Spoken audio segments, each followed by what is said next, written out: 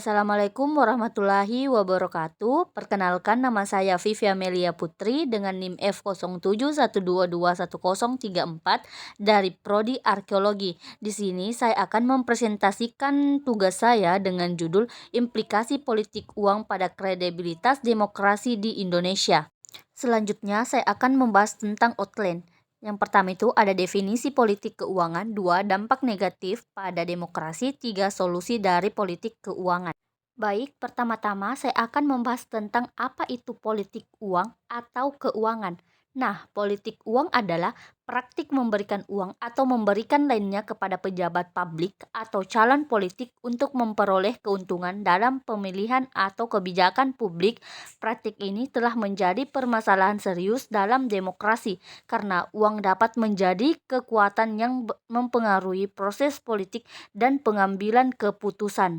Selanjutnya itu ada definisi lain dari politik uang, yaitu praktik yang melanggar prinsip demokrasi dan etika moralitas dalam memilih pemimpin politik.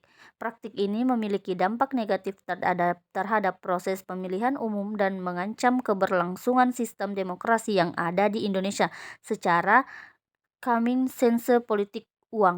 Yang kedua, saya akan membahas tentang dampak negatif, seperti mengancam integritas pemilihan dan proses politik yang adil, menghasilkan kebijakan yang tidak mewakili kepentingan masyarakat secara luas, serta memperkuat kekuasaan dan pengaruh kelompok-kelompok kepentingan tertentu dalam politik. Selain itu, praktik politik uang juga dapat memperkuat oligarki politik, di mana kekuasaan politik dikuasai oleh segelintir orang atau kelompok asli yang memiliki kekayaan yang kekuasaan ekonomi yang besar. Hal ini dapat mengancam prinsip-prinsip kesejahteraan dan partisipasi dalam demokrasi. Yang ketiga, ada solusi. Untuk mengatasi masalah politik uang perlu adanya upaya dari berbagai pihak, baik dari masyarakat, partai politik, maupun pemerintah. Pendidikan politik yang berkualitas dapat membantu masyarakat untuk lebih memahami arti penting demokrasi dan kualitas pemimpin yang dihasilkan dari pemilihan umum yang bersih dari politik uang. Partai politik juga harus memperkuat kontrol internal dalam organisasinya dan mengembangkan kader untuk memiliki integritas dan kompetisi yang tinggi.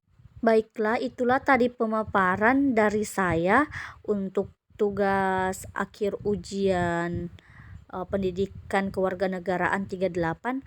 Jika ada salah kata mohon dimaafkan. Wabillahi taufiq wal hidayah. Wassalamualaikum warahmatullahi wabarakatuh.